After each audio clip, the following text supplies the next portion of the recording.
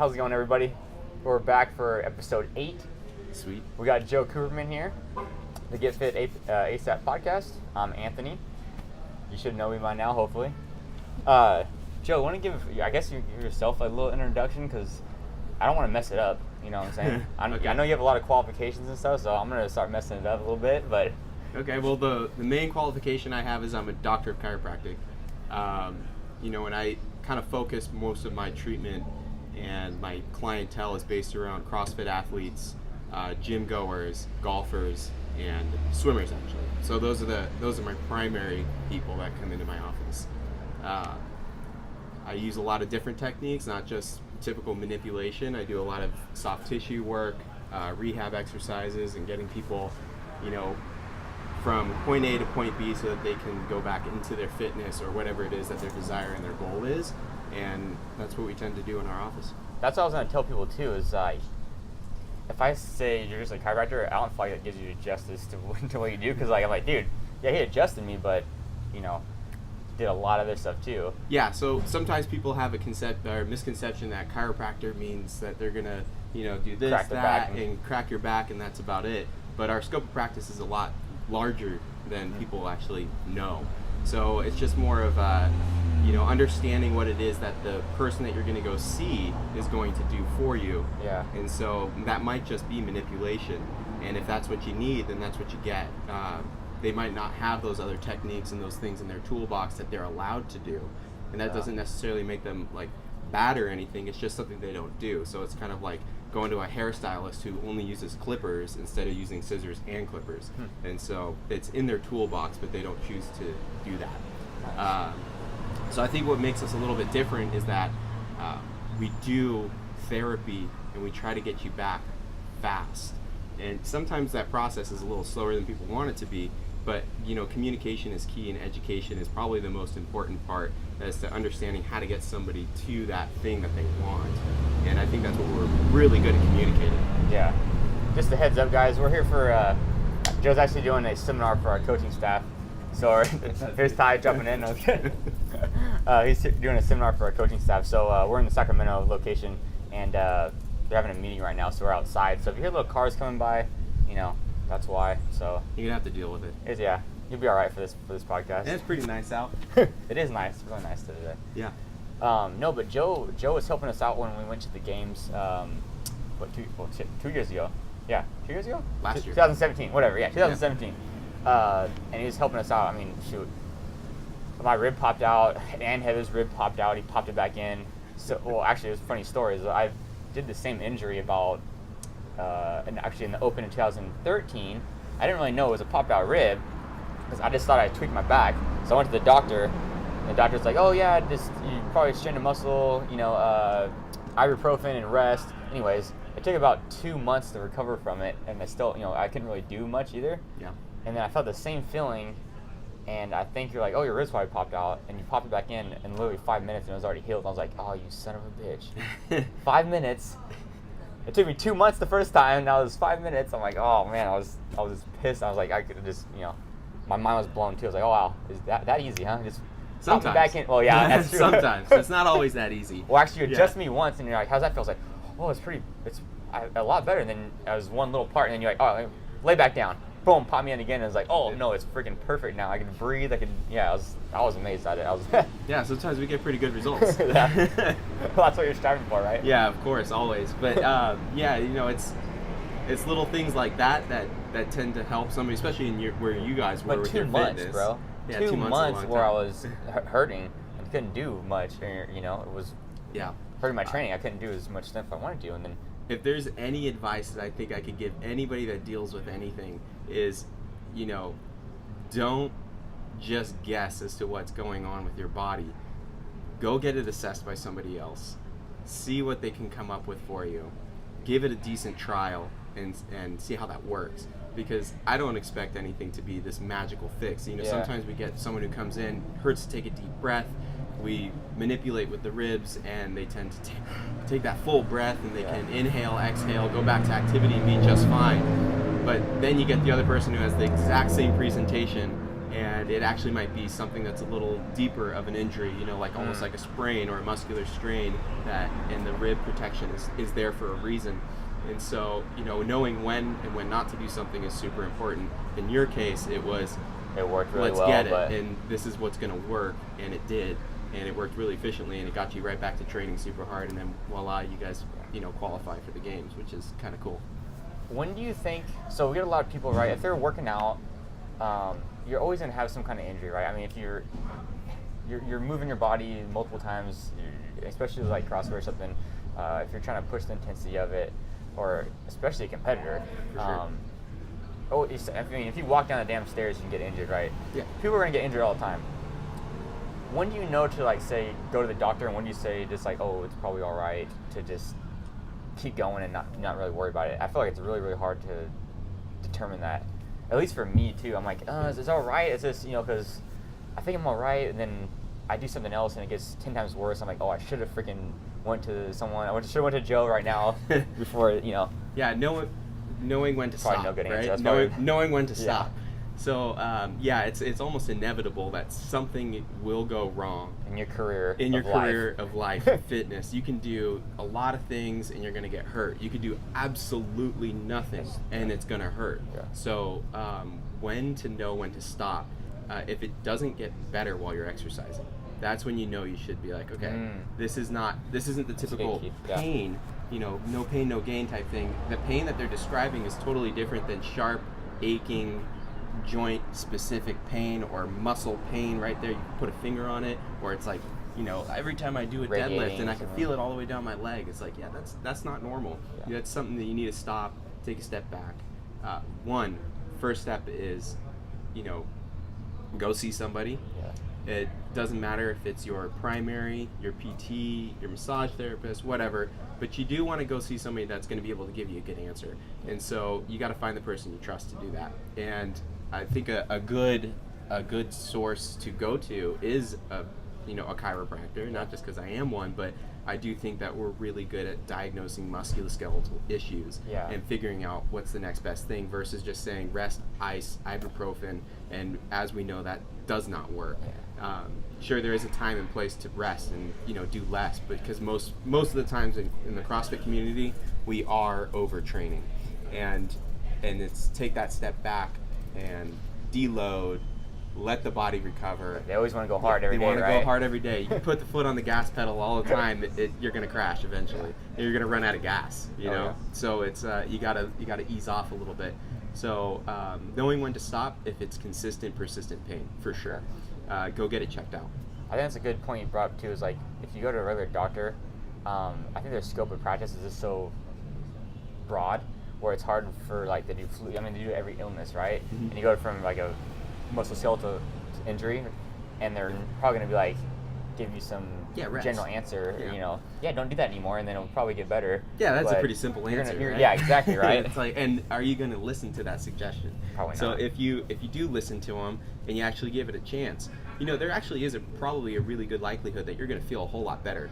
Yeah. It's kind of like, you know, if you keep hitting your head on the wall and you eventually get a headache and they say, hey, take this pill and rest, and you do that, but you keep hitting your head on the wall, well, you didn't take away that stimulus that caused that headache. So, and it sounds so simple and so stupid, but it's really the truth. It's like, hey, every time I bring my arm up and it's pinching and it's pinching and it's pinching, it's like, okay, right now, let's not do that. Let's scale what you're trying to do. Doesn't mean stop exercising. It just means stop doing that until this is clear. Yeah. They're coming for him.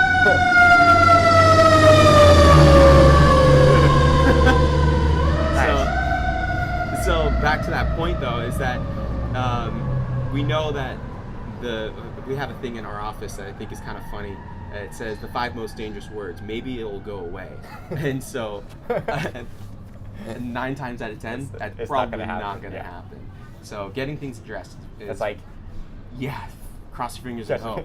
Yeah, it's like it's ridiculous. So, you know, you come up with a good plan. Yeah. You know, if you're trying to lose weight, you need to come up with a plan. If you're trying to you graduate college, you don't just go and start taking classes. There's a plan, there's steps, there's you know, you take certain steps in order to get to the next class, right? If you fail the class, you can't move on to the next one.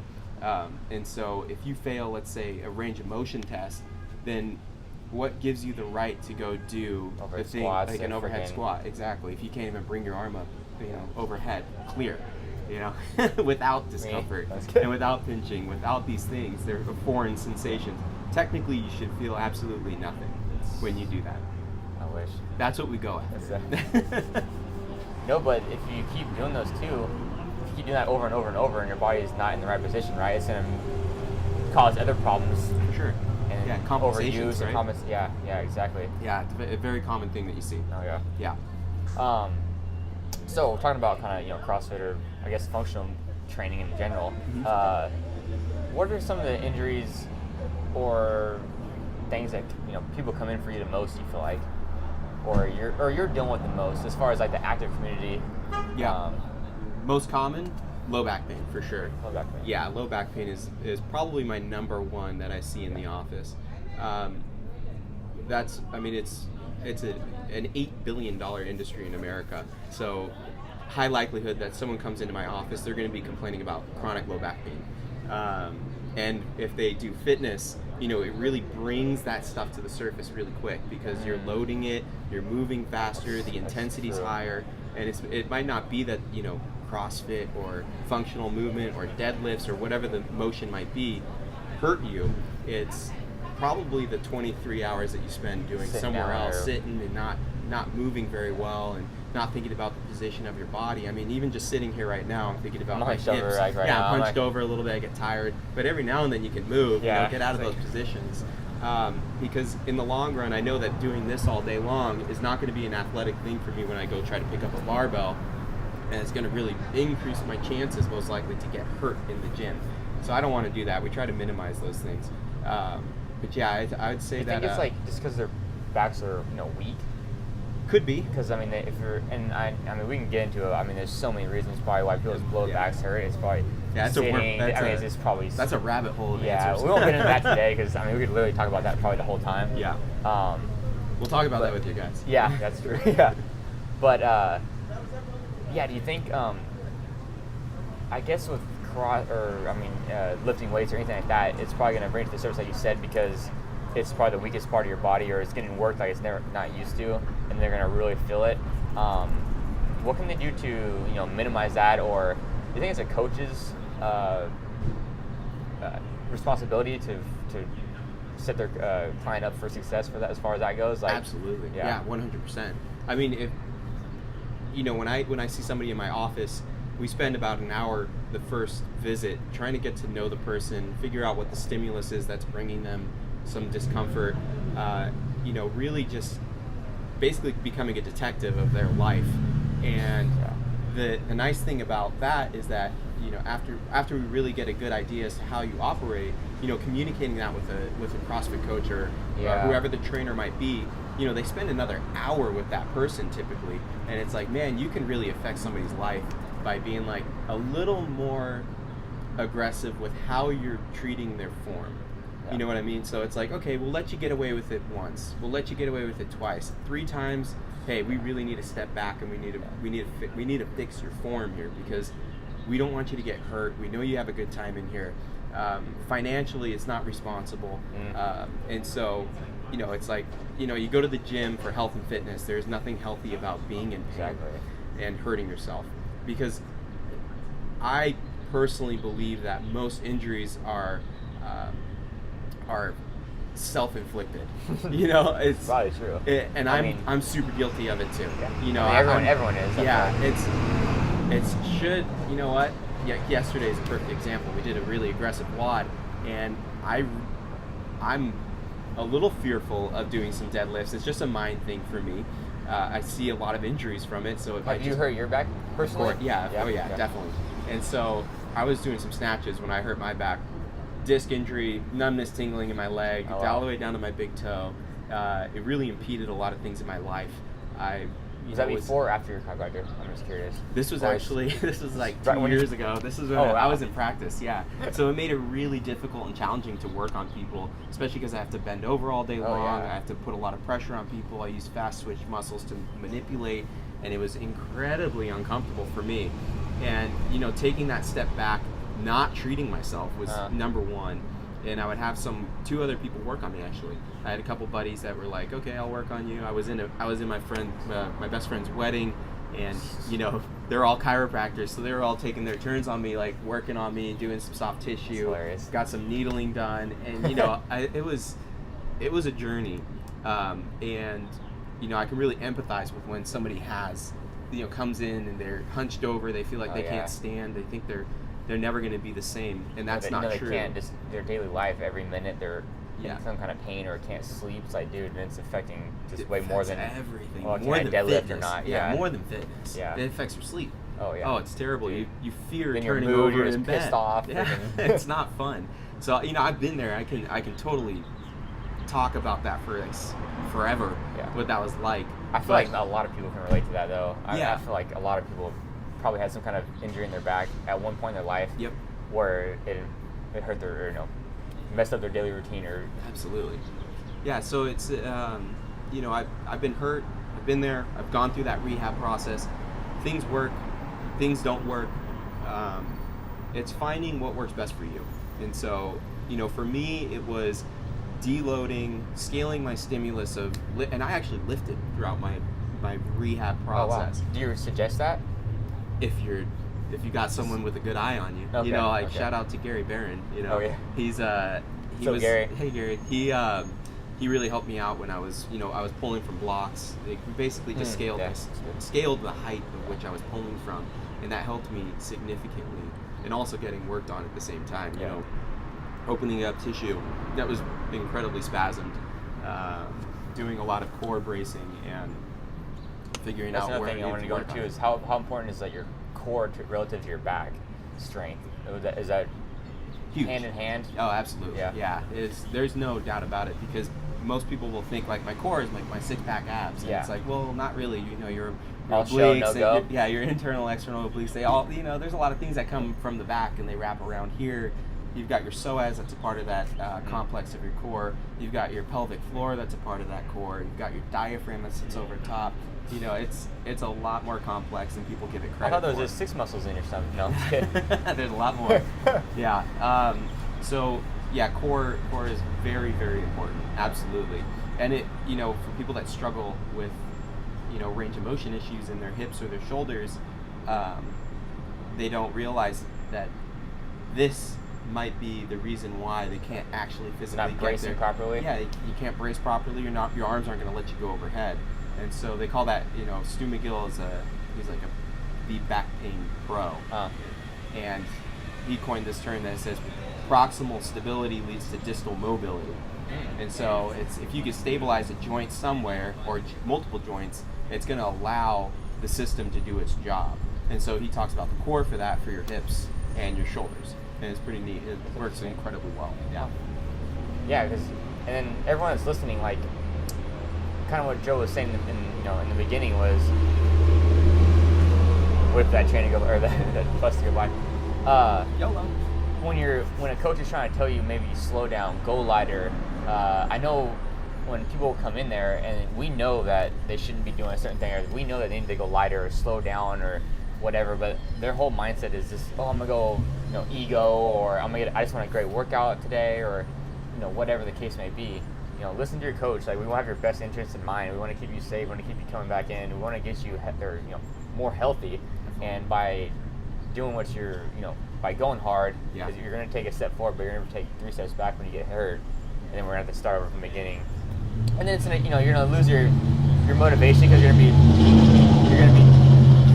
to be hurt. You're going to lose your motivation. You're going to be discouraged, right? Yeah. And then you're going to either get mad at us or mad at yourself. Yeah. And then but yeah, I think that's a good point to bring up. It becomes a cycle. It's hard though. Yeah. It's hard to tell people that go, hey, slow down, or not everyone, because some people, I think when you tell them like, hey, you're gonna get hurt if you do it like this, and then they kind of switch it over rather than just, hey, you should go a little lighter, because they're like, no, I'm strong, I can do it. Yeah. Or whatever it is. That definitely is tough. And I deal with that same thing on a daily basis too inside my office. When I get somebody that comes in and they tell me like, I have low back pain. Okay, great. Tell me about what you do for exercise.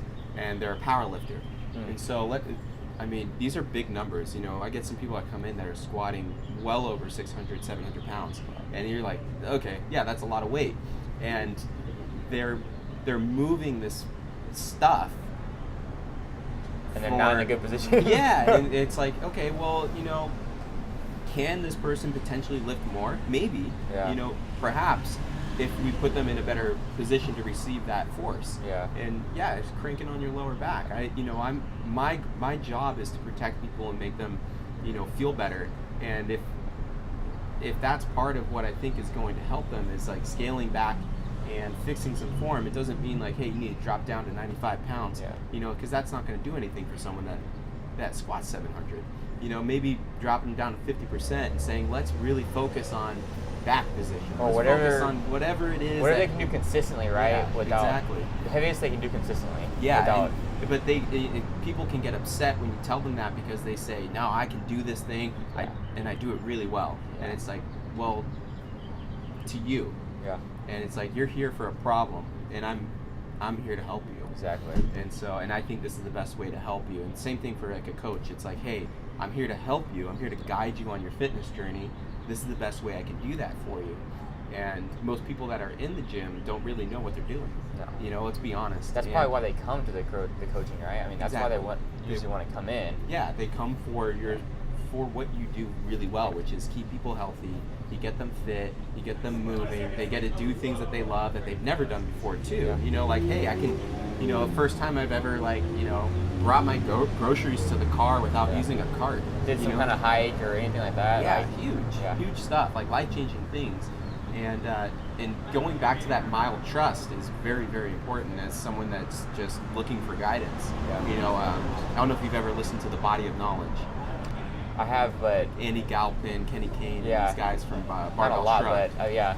And they have a series that they call the Sherpas, and they look at themselves as if they're Sherpas, and all the coaches that they see are Sherpas, and these people that are guiders in whatever their journey is. And someone that comes into your gym really should look at you that way, trust you that you are not going to go up this mountain and fall. Yeah. You know what I mean? And if things go wrong, you know what to do. Exactly. For instance, like if someone gets hurt, okay, hey, it's not just going to be let's smash this thing. It's more of let's take a step back. Let me think if I need to send you to somebody. Yeah. Or if let's give this 3 days to recover. If it's not well, then yeah, let's go send you to somebody. Yeah. And you have that power, you should. And I trust you guys because I know that you guys send me a lot of people. It's pretty cool from like the Dixon's and Stockton location. Coming all the way out to Granite Bay, I'm like super, super grateful and humble about that. And you guys do a really good job knowing when to do that. Yeah. Well, we try, we try. Yeah, it's really cool. Luckily, we do have a good, our members really trust us, so it makes it easy. We don't get a lot of people that won't listen to us, luckily. Because I feel like those people won't kind of last anyways, because, like I said, you come here for the coaching, right? And then if we try to coach you and you don't listen, it's like, why are you here? Absolutely. But yeah, that's what we try to do. As far as assessing people, we're not doctors. We know that this much of what you know. So it's like, hey, I'm gonna send you a professional that's gonna really help you because if you have the the members' interest or best interest in mind, yeah, I don't want to tell you something that's gonna get you more hurt or more injured. For sure. I'm gonna tell you where to go so you can get fixed, so you can keep coming to the gym and stay healthy. Yeah. But yeah, even you coming here today, hopefully we learn even a little bit of stuff to help the members, and then. Absolutely. I think we'll have fun discussions. I know we will. I think we're gonna have some pretty interesting we stuff always to do. go over. I mean, you come here a few times. It's probably a third time, maybe. I think third. I think yeah. you won in Lodi, maybe 2 in Dixon, maybe, huh? Yeah, we did 2 in Dixon because my parents were fourth in one. time. Yeah, fourth time. Nice. Yeah. Oh hell yeah. Yeah. Fourth of many. No, I'm just kidding. I know. Yeah, we've had some fun, and it seems like your members respond really well to it too. No, yeah. They take the information that they learned and they actually. It seems like they implement it, which is cool. That's the main thing too. Is like, hey, you tell them all this stuff, and then they go home and they don't do it. They sit on the couch for 30. I'm like, dude, I told you got a plan right here. Yeah, you gotta have a plan for sure. You gotta have a plan. You want to get big biceps. You're not gonna do it just by doing curls once. 12-ounce curls. Yeah, it's gonna take a long journey of doing curls, and eventually things change. Yeah, and. Learning how your body works. At first you realize oh, I felt really, really great. And then you're like, well, how come it didn't stick? It's like, well, the body's a little more complex than you give it credit for. Consistency. Consistency is That's important. everything. And everything in life, I feel like, honestly. Yep, Shoot. definitely. Training. Yeah, absolutely. Consistency is important. Yeah. Trying to get that. This thing's back Yeah, for the that summer. beach bod. Summer's coming up. Yeah, but bulking is all the time. So. Nice. Well, I think that's pretty much it. You got anything you want to say, Joe? Kind of give a little shout out where people want to get you more information from you, or follow you, or even get a session from you. Cool. Yeah. So you guys can find me on the Instagram, activehealth_Granite Bay. Slide in his DM whenever you want. Slide in the DM whenever you want. I'll try my best to answer questions that I can. Always remember that I'm not going to be the person that says, "Oh, you have this thing." Through a message, try this, and this, unless I really know you. You know, I know how your body moves. A lot of history. So yeah, I know a lot of your history, but the best thing to do is always get assessed, because I can't know until I physically see, or any other doctor in that matter. And the other thing would be that to find me is you can go to activehealthgranitebay.com. And what else? You can find me on Facebook, Joe Cooperman. That's my name. And Coop. Yeah, check us out. I'd be more than happy to answer any questions that you guys do have. Maybe set you up with people that might be closer to your area, because I know that Stockton Lodi can be a little tough. And we definitely know we have a good network of people that we tend to get good results with as well. It's not about me. It's always about you. So I'm here to help, and I'm just here to be a part of that journey for everybody. Nice. Yeah. No, guys, Joe's a really good guy. If you have any questions or anything like that, he's the man to go to. But thanks for coming back for another episode. Thanks for having me. Guys, follow our YouTube channel, Instagram _ASAPFit_. What else we got here? Obviously Like, on subscribe. iTunes. Yes, like, subscribe. Tell your friends. If you guys have anything you want to listen to or want us to talk about next, or any guests you guys want to have on next, let us know. We want to try to bring you guys as much value as possible. So hit us up. Cool. Thanks, Joe. Yeah.